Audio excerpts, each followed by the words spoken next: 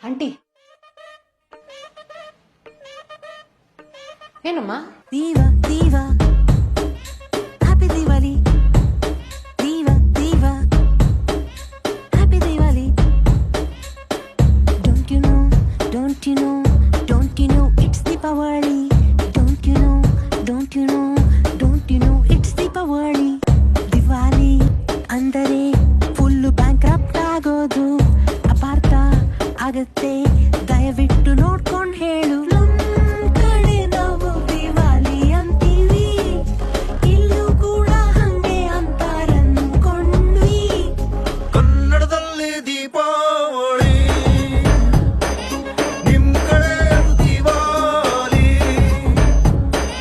ಕನ್ನಡದಲ್ಲಿ ದೀಪಾವಳಿ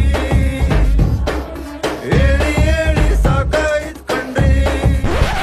ರೀ ಇವಾಗ ಎಕ್ಸ್ಪ್ಲೇನ್ ಮಾಡಿದೀವಲ್ಲ ಅವಳು ಕರೆಕ್ಟಾಗಿ ಹೇಳ್ತಾಳೆ. ಇವಾಗ ಹೇಳಮ್ಮ. ಹ್ಯಾಪಿ ದಿವಾಲಿ. ಅಯ್ಯ